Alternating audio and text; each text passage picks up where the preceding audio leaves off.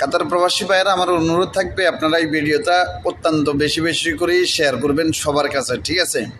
এখন শুনেন কাজের খবরটা। জরুরি নিয়োগ বিজ্ঞপ্তি রাজলাপ্পান সাইটের জন্য অবশ্যই ইন্টারভিউ চলবে, ইন্টারভিউ আছে। ডাকটিনের লোক, ইনসুলেটারের লোক, বেতন 8 রিয়াল করে ডাকটিন এবং ইনসুলেটারও 8 রিয়াল করে প্রতি ঘন্টা, ঠিক আছে?